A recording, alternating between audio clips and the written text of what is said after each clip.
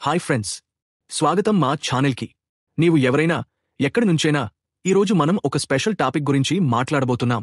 ఇది ఆంధ్రప్రదేశ్ రాజకీయాలలో ఒక ఉద్యమంగా మారిన, ప్రజల గుండెల్లో స్థానం సంపాదించిన జనసేన పార్టీ గురించి. ఈ వీడియోలో మనం జనసేన పార్టీ యొక్క అద్భుతమైన విజయాలను, గ్రాస్రూట్స్ మొబలైజేషన్లో వారి అసాధారణ కృషిని, జనవాణి కార్యక్రమాల ద్వారా ప్రజల సమస్యలను నేరుగా వినడంలో వారి అంకిత భావాన్ని మరియు యువత, వాలంటీర్లతో కలిసి నిర్మించిన క్యాడర్ బేస్డ్ స్ట్రక్చర్ గురించి లోతుగా తెలుసుకుందాం. జనసైనికులు ఫీల్డ్లో, డిజిటల్ ప్లాట్ఫామ్లలో ఎలా గట్టిగా పోరాడుతున్నారో కూడా చూద్దాం. సో, రెడీనా? Let's dive in. Section 1. Janasena party ఒక ప్రజా ఉద్యమం. జనసేన పార్టీ అనగానే మనకు గుర్తొచ్చేది ఒక పేరు, పవన్ కళ్యాణ్.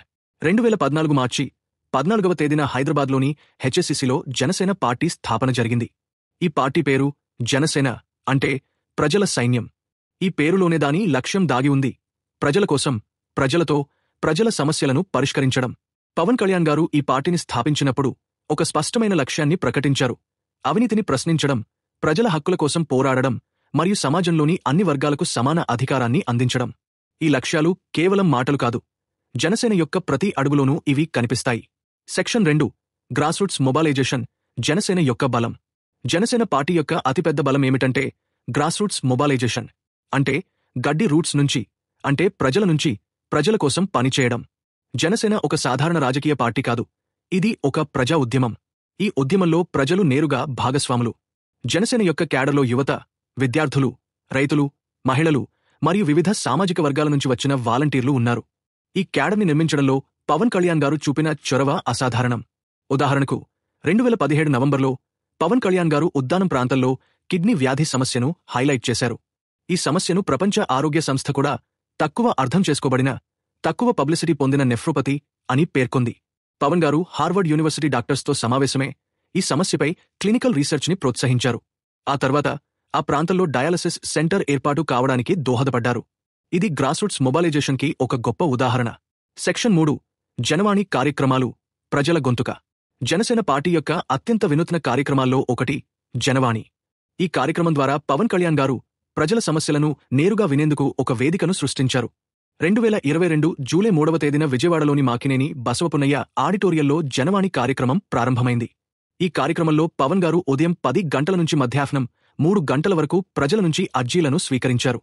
ఈ అర్జీలను జనసేన కార్యాలయం నుంచి సంబంధిత అధికారులకు పంపి సమస్యల పరిష్కారానికి ఫాలోఅప్ చేస్తారు. ఉదాహరణకు 2022 ఆగస్టు 22వ తేదీన తిరుపతిలో జరిగిన జనవాణి, జనసేన భరోసా కార్యక్రమంలో ఒకే గంటలో 220 సమస్యలు నమోదయ్యాయి. 5 జిల్లాల ప్రజల నుంచి వచ్చిన అర్జీలను పవన్ గారు స్వీకరించారు. ఈ కార్యక్రమం ప్రజలకు ఒక ఆశాకిరణంగా మారింది.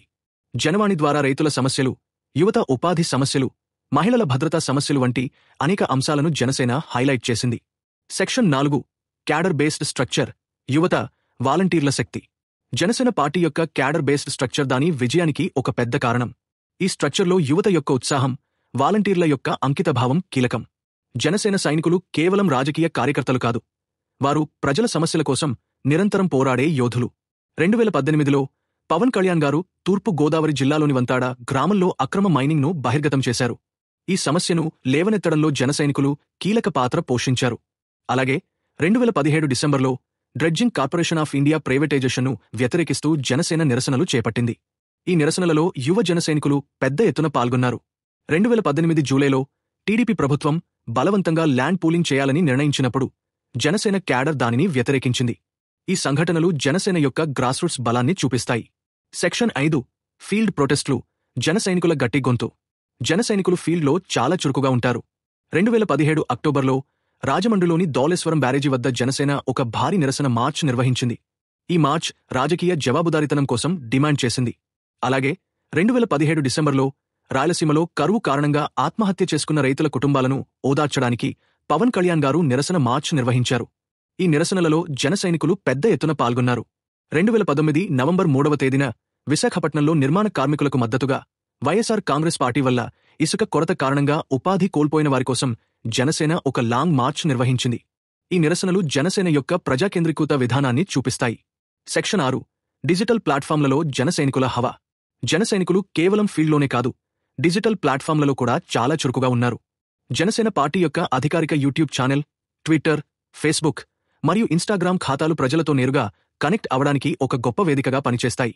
జనసైనికులు సోషల్ మీడియాలో ప్రజల సమస్యలను హైలైట్ చేస్తూ అవినీతి మరియు అన్యాయాలను బహిర్గతం చేస్తారు.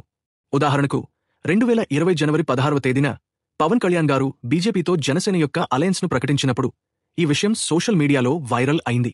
జనసైనికులు ఈ ప్రకటనను విస్తృతంగా షేర్ చేసి పార్టీ యొక్క లక్ష్యాలను ప్రజలకు చేరవేశారు. అలాగే 2022 నవంబర్లో జనవాణి కార్యక్రమాల గురించి సోషల్ మీడియాలో జనసైనికులు విస్తృతంగా ప్రచారం చేశారు. సెక్షన్ 7 2024 ఎన్నికల విజయం. జనసేన పార్టీ యొక్క అతిపెద్ద విజయం 2024 ఎన్నికలలో సాధించిన ఘన విజయం. ఈ ఎన్నికలలో జనసేన, టీడీపీ మరియు బీజేపీతో కలిసి కూటమి అనే అలయన్స్లో భాగమైంది. ఈ అలయన్స్ ఆంధ్రప్రదేశ్లో ల్యాండ్స్లైడ్ విక్టరీ సాధించింది. జనసేన పోటీ చేసిన 21 ఎమ్మెల్యే సీట్లు మరియు 2 ఎంపీ సీట్లను గెలుచుకుంది. అంటే 100% స్ట్రైక్ రేట్. ఈ విజయం జనసేన యొక్క గ్రాస్రూట్స్ మొబలైజేషన్, జనవాణి కార్యక్రమాలు మరియు క్యాడర్ బలాన్ని స్పష్టంగా చూపిస్తుంది. పవన్ కళ్యాణ్ గారు పిఠాపురం నియోజకవర్గం నుంచి ఎమ్మెల్యేగా ఎన్నికయ్యారు 7,000 ఓట్ల మెజారిటీతో. ఈ విజయం జనసేనను ఆంధ్రప్రదేశ్ శాసనసభలో 2వ అతిపెద్ద పార్టీగా నిలబెట్టింది.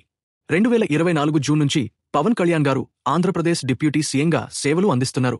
సెక్షన్ 8 జనసేన యొక్క సిద్ధాంతాలు. జనసేన పార్టీ 7 ప్రధాన సిద్ధాంతాలను అనుసరిస్తుంది. దీనిని జనసేన సిద్ధాంతాలు అని పిలుస్తారు.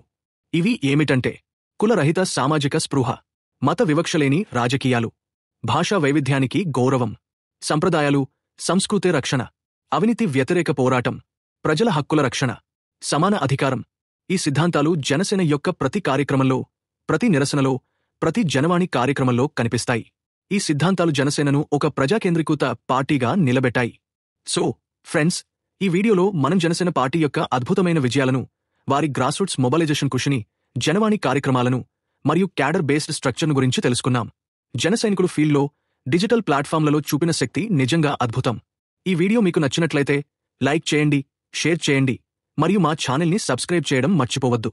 బెల్ నోటిఫికేషన్ ఆన్ చేయండి, తద్వారా మా కొత్త వీడియోలు మీకు మిస్ కావు. కామెంట్స్లో మీ ఒపీనియన్స్ షేర్ చేయండి. జనసేన గురించి మీకు ఏమనిపిస్తుంది? ఏ సమస్యలను వారు ఇంకా హైలైట్ చేయాలని మీరు భావిస్తారు? మీ కామెంట్స్ని చూడడానికి నేను ఎదురుచూస్తున్నాను. అప్పటి వరకు స్టే ట్యూన్డ్, స్టే ఇన్స్పైర్డ్. జై హింద్.